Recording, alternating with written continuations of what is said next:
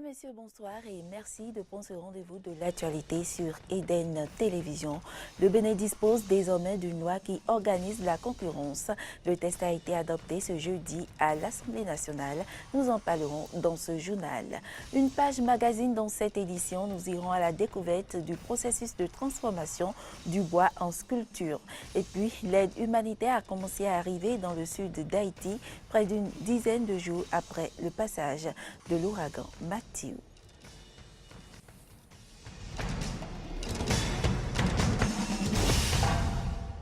Bienvenue dans ce journal. Cela fait exactement un an que le général Mathieu Kérékou passait de vie à Tripart dans sa résidence de Cotonou.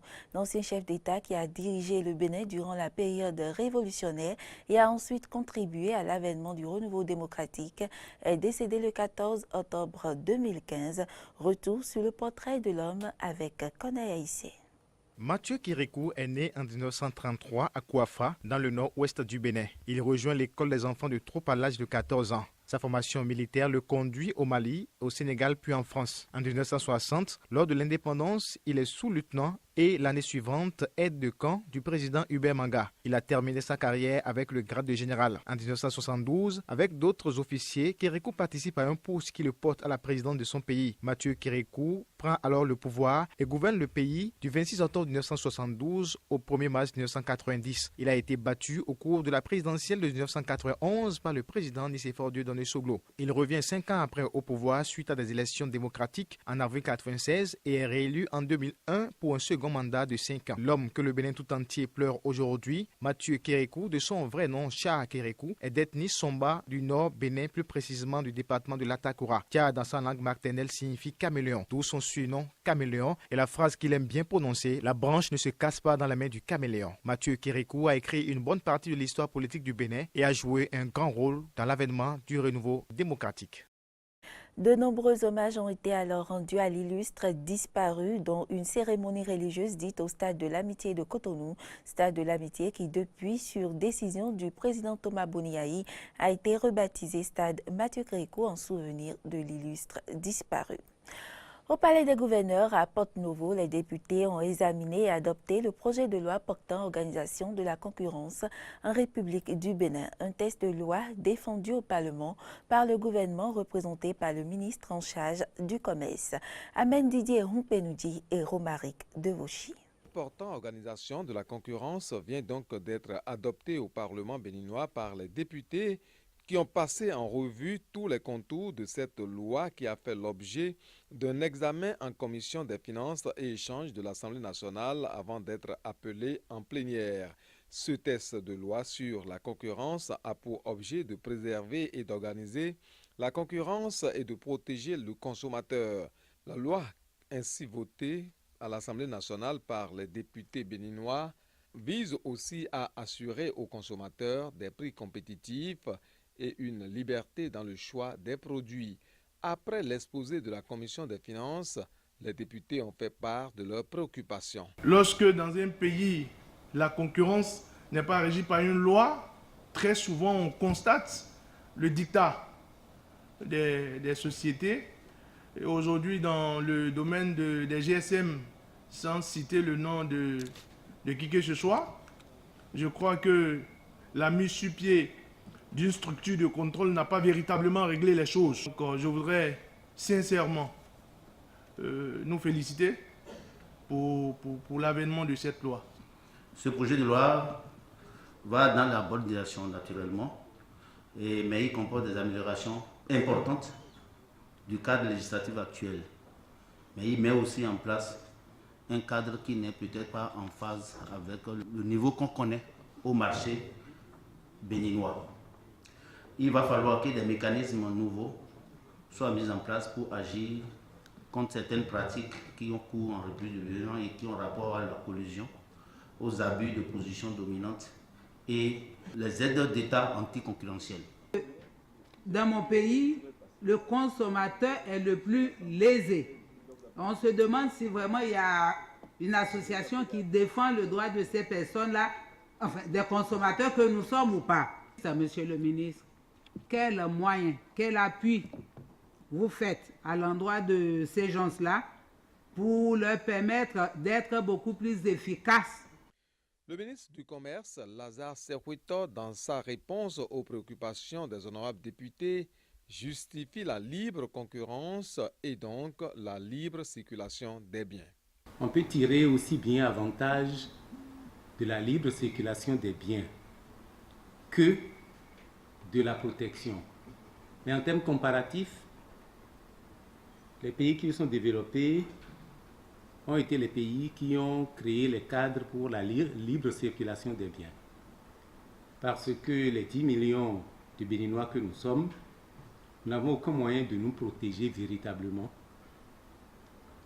Il suffit de voir la situation au Nigeria aujourd'hui. Nous aurons mis tous les douaniers, tous les gendarmes sur nos frontières, que nous n'avons aucun moyen de nous protéger véritablement en termes de fermeture de nos frontières à l'arrivée des produits. La gestion du secteur informel semble aussi préoccuper le gouvernement qui dispose d'un plan pour éviter la concurrence déloyale faite au secteur formel. Une question dont la gestion ou la non-gestion pourrait nuire aux efforts que nous faisons pour légiférer autour de la libre concurrence. Aujourd'hui, le secteur où on est le plus malmené, c'est le secteur pétrolier, où l'informel dans ce secteur n'est pas de nature à encourager le développement du secteur formel, et la libre concurrence entre les opérateurs pétroliers à l'intérieur du Bénin n'a aucun sens. Après les différents amendements et ajustements faits aux tests en étude, le projet de loi portant organisation de la concurrence a été adopté à l'unanimité des députés, moins une voix. La loi portant organisation de la concurrence en République du Bénin est adoptée à l'unanimité des députés présents, sauf une abstention. 3 ministres du gouvernement ont effectué cette semaine une sortie médiatique pour apporter des clarifications suite à la décision du gouvernement d'interdire provisoirement d'activités dans 4 universités du Bénin, les organisations estudiantines. Quelques journalistes apprécient cette sortie médiatique des ministres. Bon, je dirais qu'on a été déçus. On a été déçus parce qu'on a vu que, bon, ils sont dans leur rôle, dans tous les cas, ils sont dans leur rôle, mais on a constaté que le gouvernement a envoyé des ministres venir défendre l'indéfendable. On aurait pu dire, on s'est trompé certainement sur la forme et que le problème de fond existe. Là, on comprendrait mieux que la forme, parce que dans tous les cas, au plan juridique, la forme ne tient pas. Ça viole les dispositions de la Constitution, ça viole la loi 1901 et il ne revient pas à un gouvernement de définir les conditions de jouissance de l'article 25 de la Constitution. C'est des gens qui ne m'ont pas convaincu. Et je me suis dit, les gens sont venus pour une exposition. L'exposé, c'était entre 3 ministres, conclu par M. Djogbenou. Mais en tant que journaliste, si quelque chose ne m'a pas convaincu, ça là, ceux qui vont me lire, je ne peux pas les convaincre à leur tour aussi. Mais je dis, cette mesure scélérate qui a été prise par le gouvernement, ce qui me fâche et continue de me fâcher, c'est quoi? J'ai vu quelqu'un comme M. Agbangbata, qu'on a amené pour figurer, qui ne dit rien face à une situation du genre. C'est une mesure que même le gouvernement, en la prenant, ne savait pas tout ce qu'il y avait derrière. Nous avons entendu des choses suffisamment graves de la bouche, n'est-ce pas, des ministres du gouvernement, puisque lorsqu'on entend dire qu'au niveau du campus, il y a des milices formées par des anciens ou des militaires à la retraite, qu'il y a des lieux de non-droit, je me demande si toutes ces choses-là se passent dans mon pays. Tout porte à croire que le campus aujourd'hui, sinon les universités publiques, constituent un pays dans un autre pays. Lorsqu'on dit, par exemple, qu'on a vu des militaires formés, des milices, c'est des choses suffisamment graves et en principe, dans un état sérieux, le lendemain, on devrait, n'est-ce pas, mettre la main sur ceux qu'on dit être à la tête de ces genres de choses. Je peux dire simplement que le gouvernement a encore un travail à faire au niveau des décisions. Et précisément sur cette décision, il doit ramener la balle à terre, revoir la sanction qu'il est en train d'affliger aux étudiants. Parce que, en réalité, dans la vie universitaire et dans toute association, il faut qu'on accepte la contradiction. Et si les mouvements n'existent pas dans les universités et dans les groupes, la contradiction n'existe pas. Et si la contradiction n'existe pas, ça met à mal notre démocratie. Certains citoyens de la ville de Cotonou se sont également prononcés sur la question. Je salue la détermination, l'ouverture d'esprit du gouvernement du président Patrice Talon. Je remercie ces ministres qui certainement sous ces instructions sont sortis quand même pour donner quelques éclaircissements à l'opinion publique. Je voudrais reconnaître que les universités sont des lieux de savoir et donc on ne peut tolérer l'anarchie. Si vraiment on peut aller jusqu'au bout des différents éléments que les ministres ont apportés, je pense que ça va beaucoup nous aider et vraiment rendre le campus, donner comment on appelle, l'image, la vraie image des universités. Vous-même, vous venez de voir qu'ils ont bien expliqué. C'est quand tu m'expliqueras aux gens qui vont pouvoir dire tout ce qu'ils veulent. Je vois que maintenant, comme le gouvernement vient d'expliquer, il sait déjà que le gouvernement n'est pas en train de mettre en place une stratégie pour pouvoir empêcher les syndicalistes. Non. Je sais que dans ce projet de société, j'ai lu des choses. Donc il a voulu mettre des réformes en place pour pouvoir quand même renforcer la capacité de la société civile. Je ne peux pas dire que je suis un acteur de la société civile, c'est pourquoi si le gouvernement, tout ce que le gouvernement fait là est mauvais. C'est une sortie infructueuse. Franchement, la sortie, elle n'a convaincu personne. En tout cas, nous étudiants, on n'est pas convaincus de cette sortie. Et il faudrait qu'ils reviennent encore pour nous dire les tenants et aboutissants de ce décret. Quand il dit par exemple qu'on recrute ou que les étudiants, que les organisations recrutent des militaires et des retraités paramilitaires pour former des étudiants, mais nous sommes dans un état de droit, non? Quand ils constatent que des individus font des pratiques qui sont contraires à l'ordre public, mais qu'ils interpellent ces individus. C'est un peu gauche de confondre des individus à toute une foule. Le campus, c'est un monde. On ne peut pas comparer, on ne peut pas prendre les actes de quelques 2 ou 3 personnes et dire que c'est tout le monde qui le fait, c'est pas possible. De l'art à présent, le bois est connu comme matière sollicitée aussi bien dans l'immobilier que dans d'autres domaines, mais il est aussi fortement utilisé dans l'art, notamment la sculpture.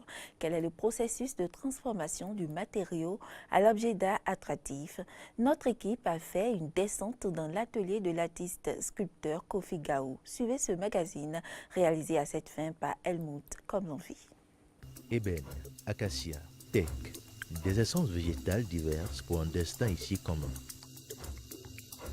Nous sommes chez Kofi Gaou, artiste sculpteur depuis plus de 40 ans. À l'état purement naturel, recoupé en madrier, le bois constitue le principal matériau de travail pour l'artiste sculpteur. Soit c'est le client qui vous présente une image, un tableau, un dessin, ou bien c'est vous-même qui créez, quelle que soit la situation. Vous avez une maquette, un dessin à réaliser. Donc vous quadrillez le dessin et quand vous quadrillez le dessin, vous étudiez le format. Vous projetez le truc sur le format. Donc je quadrille, je fais le format voulu et vous regardez et vous repérez ce qui est ici. Vous le repérez ici. Exactement. Celui-ci est le chef sculpteur de l'atelier Bikoff. La famille d'Onvidi et de Guanamé dans le département du Zou, dont il est un des descendants, est réputée pour ses talents immémoriaux de sculpteur parmi les plus illustres du sud du Bénin.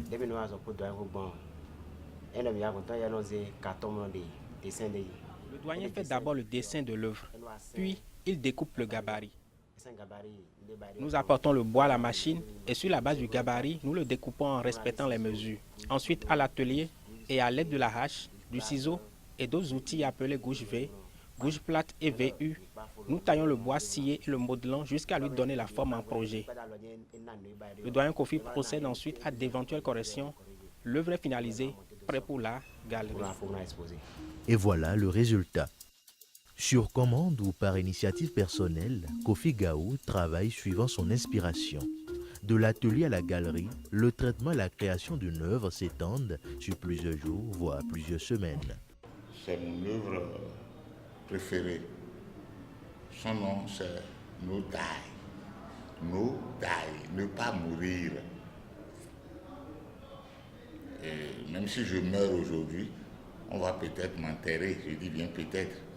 Mais là, avec tout ce que vous avez comme produit dans vos mains, je ne meurs pas. Le bois, il est presque naturel. Il y en a qui directement vous parlent sans qu'on intervienne avec les outils spécifiques. Ici, on a eu juste à arranger le corps, mais ici, c'est le visage. C'est un visage pour moi. Et je l'ai aimé tellement que c'est le nom que je lui ai donné. C'est un genre de sosie pour moi, ne pas mourir. De Nodai à Fieno, en passant par Djemessi, les créations de Kofi Gaou sont multiformes et requièrent attention et admiration. Notons que ces sculptures font le tour des expositions au Bénin et à l'international. Sur le continent, 21 filles de Chibok détenues par Boko Haram ont été libérées ce jeudi. Les militants du mouvement Bring Back Our Girls se disent soulagés après la libération de ces lycéennes de Chibok kidnappées par Boko Haram en avril 2014, mais refusent d'abandonner leur combat avant que toutes les filles soient libérées. Ces jeunes lycéennes ont été accueillies par le vice-président nigérien Yemi Osinbajo à Abuja, qualifiant leur libération de très bonne nouvelle pour le pays tout entier. Une libération qui a été le fruit de négociations entre le gouvernement et le groupe djihadiste nigérien Boko Haram, facilité par la Suisse et le Comité international de la Croix-Rouge. Le président nigérien Buhari est en visite en Allemagne ce vendredi pour tenter d'attirer les investissements étrangers. La récession économique frappe tous les secteurs d'activité au Nigeria qui voient les prix des biens de consommation doubler. Reportage. Des grues à l'arrêt et des chantiers au ralenti. La récession économique touche de plein fouet le secteur du bâtiment à Lagos, capitale économique du Nigeria. Selon cet ingénieur, au moins 60% des chantiers sont suspendus. La raison est simple, la chute des cours de la monnaie nationale, le naira face au dollar, ne permet plus d'importer les matériaux de construction. Your project is going to take 3 years.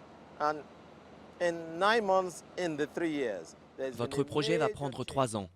Mais au bout de 9 mois, il y a un changement radical des taux de change. La plupart des matériaux sont importés au Nigeria, donc vous avez une hausse très importante de vos coûts. Le Nigeria est officiellement entré en récession mi-2016. Dépendant de son pétrole à hauteur de 70% de son budget, le pays souffre de la baisse des cours du baril. De plus, les attaques répétées de groupes armés sur les infrastructures pétrolières ne font que diminuer la production. Sur ce marché spécialisé dans les tissus, l'activité ne ressemble pas à celle des grands jours. La récession touche directement le porte-monnaie des consommateurs. C'est cher et on ne s'attendait pas à cela. Par exemple, j'avais l'habitude d'acheter du tissu pour 2 € et maintenant 4 ou 5 €. L'argent n'est plus disponible. Et quand vous essayez de monter les prix, vos clients se plaignent. Mais qu'est-ce que l'on peut faire? Nous avons un commerce. Nous devons leur expliquer et augmenter les prix graduellement pour garder nos clients. À la récession vient s'ajouter le chômage. Seulement 54 millions de personnes travaillent à temps plein sur une population de plus de 170 millions d'habitants. Un avenir sombre pour le Nigeria que le président Muhammadu Buhari, élu il y a un peu plus d'1 an, a du mal à éclaircir. L'aide humanitaire a commencé à arriver dans le sud d'Haïti près d'une dizaine de jours après le passage de l'ouragan Mathieu. Cet ouragan a dévasté plusieurs villages et a organisé des centaines de morts de 175 000 sinistrés. Outre la pénurie d'eau et de nourriture, la résurgence du choléra menace désormais la population. Reportage. Des maisons dévastées, des arbres abattus. Près de 10 jours après le passage de Mathieu, le sud d'Haïti est toujours un paysage apocalyptique. L'ouragan a fait des centaines de morts et ceux qui ont survécu ont tout perdu. On est sortis en courant. L'ouragan était tellement violent, ça ne s'arrêtait pas. Alors on est sortis pour sauver nos vies. Au milieu des ruines de leur maison, ces familles tentent de survivre au jour le jour, sans eau ni nourriture. Une première distribution de riz acheminée par l'ONU est enfin arrivée mercredi. Une aide alimentaire que les 175 000 sinistrés ont désespérément attendue pendant plus d'une semaine. Il n'y a pas de moyens de communication, pas de radio, de téléphone, ni de route, et même les hélicoptères ne peuvent pas atterrir. C'est ce qui explique cet énorme délai, et je comprends parfaitement la frustration des gens. Dans ce contexte de pénurie totale, la foule en vient parfois aux mains pendant les distributions, malgré une présence policière vite débordée. Comme lors du séisme de 2010, la population ne peut pas compter sur l'aide d'un État faible et pauvre. Pire, elle est désormais menacée par une résurgence du choléra. Il n'y avait pas de cas de choléra dans cet hôpital il y a 3-4 mois.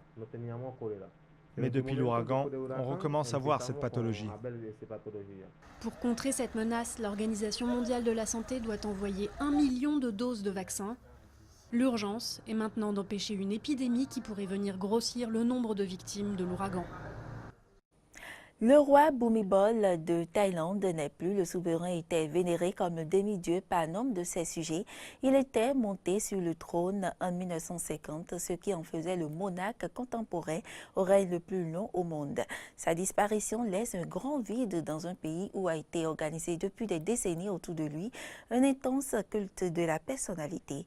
Protégé par une loi de lèse-majesté drastique, le roi de Thaïlande apparaissait comme le trait d'union nationale dans un pays à tradition de coup d'État. Des dizaines de milliers de Thaïlandais se réunissaient chaque année pour lui rendre hommage le jour de son anniversaire. En quelques décennies, le roi Bhumibol avait cultivé une image d'homme simple, amateur de jazz et de photographie. Et à chacune de ses hospitalisations, ils étaient des milliers à prier pour son rétablissement. Le roi est très important pour nous, parce qu'il a tout fait pour le peuple. Il est comme un ange. Je prie en regardant sa photo sur mon lit tous les jours. Son image de bienfaiteur vient notamment de son intérêt pour le développement rural de ce pays encore très agricole. Et même si la famille royale est milliardaire, le roi conservait son image pure de demi-dieu. Il avait un yacht, mais il faisait 5 mètres de long. Il avait des palais, mais de taille modeste. Il ne passait pas son temps à l'étranger, il était concentré sur le développement de son peuple, et ça l'a rendu réellement populaire. Les voix critiquant la monarchie sont inaudibles en Thaïlande. Une loi de lèse-majesté punit de 15 ans de prison toute position jugée anti-monarchiste. Le rôle symbolique du roi Bhumibol était fort dans cette monarchie constitutionnelle et son approbation des changements de gouvernement indispensable. Il a ainsi approuvé la junte militaire arrivée au pouvoir par un coup d'État en mai dernier. Il y a eu plus d'une dizaine de coups d'État au cours desquels les militaires ont pris le pouvoir des mains d'hommes politiques élus. Ils avaient son soutien. Il a toujours semblé penser que c'était le moyen d'obtenir que la Thaïlande aille dans la direction qu'il voulait, qu'il s'agisse de combattre le communisme, de mettre en place une politique de développement ou de chasser un gouvernement de politiciens corrompus. Son fils doit lui succéder sur le trône, mais il lui reste un long chemin à parcourir avant d'atteindre la popularité de son père. Les tumultes politiques des 10 dernières années sont largement dus aux craintes sur l'avenir du pays après la mort du roi. Les prochains mois devraient se révéler décisifs une fois que les Thaïlandais auront fait le deuil de celui que beaucoup pleurent comme le père de leur nation. Et puis au Liban, cela fait déjà 9 mois que attend une chirurgie à haut risque à Ménah. Elle fait partie des petits réfugiés syriens que sauve chaque semaine le cardiologue libanais Issam Al-Rassi, malgré l'absence de fonds pour ces opérations. Amina est née avec un cœur doté d'un seul ventricule. Ses parents sont réfugiés au Liban. Ils ont fui la Syrie il y a 3 ans à cause de la guerre. Mais malgré leurs faibles moyens, ils ont pu rassembler suffisamment d'argent pour une opération du cœur. L'ONU a participé à 75% des coûts de l'opération et nous avons payé 25%, ce qui revient à 1 800 €. J'ai réuni l'argent de différentes personnes, mon frère, mon cousin et d'autres proches.